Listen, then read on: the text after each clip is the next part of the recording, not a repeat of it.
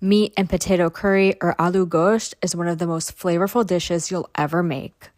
I like to start by preparing all of the vegetables I'm going to need. So first I'm going to rough chop 1 large onion. You can use 2 medium onions. And then I'm going to chop up about 3 to 4 tomatoes.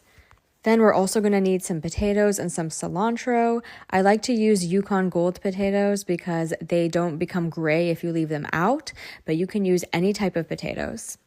Moving over to the stove, I'm going to put a wide pan on high and heat up some oil. I was almost out of vegetable oil, so I supplemented with some olive oil, which is perfectly fine. And I'm going to add my onions and I'm going to fry these in the oil until they're very nice and golden brown.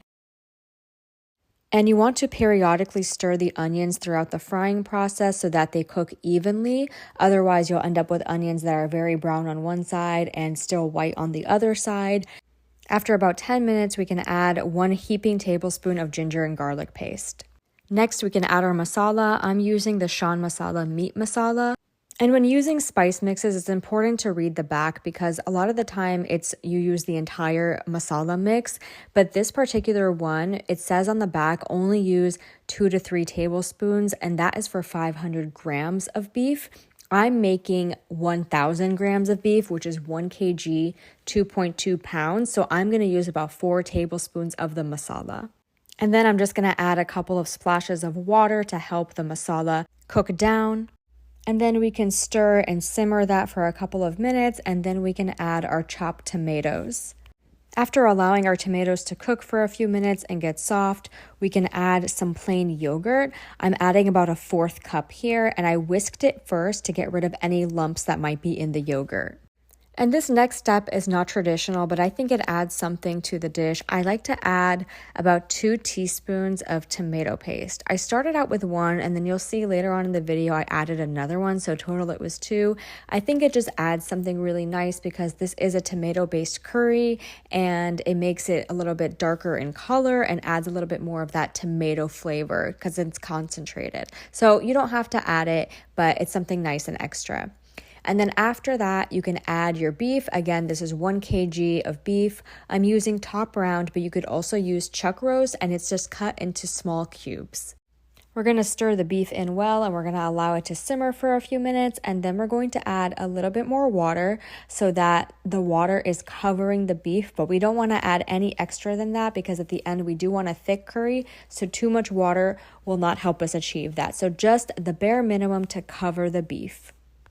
Now we can cover it and allow it to simmer, build up some steam on about medium high with the lid on for 5 minutes, and then we want to reduce our heat to medium low and allow it to cook for a minimum of 1 hour.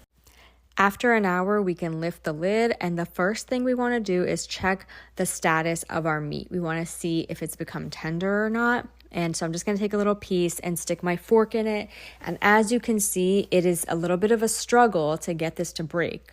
But that's okay because we still need about 30 minutes for our potatoes to cook because these are very large pieces of potato. So we're just going to add our potatoes here and bury them under the water so that they cook all the way through. And then we're going to simmer this on medium high for about 30 minutes, and that's going to give enough time for our meat to become tender and our potatoes to cook all the way through. And this is the point where I added the little bit extra tomato paste because I thought it needed to be a little bit darker in color, and I just mixed that in a little bit. And you want to stir it about halfway through to make sure that the masala does not burn on the bottom of the pan. So it's been about 30 minutes. I stirred it halfway through, and let's see how our meat is looking.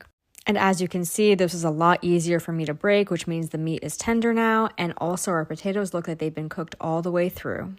So now all that's left for us to do is add some fresh cilantro and stir that in, and we are done. This is so flavorful because we didn't pressure cook it. We allowed the meat to slow cook for about an hour and a half, and the flavor developed so nicely. I wish you could try this right now. It is just truly amazing, and when you take your time with dishes, they come out so good. So I really hope you give this recipe a try and let me know what you want me to make for you next.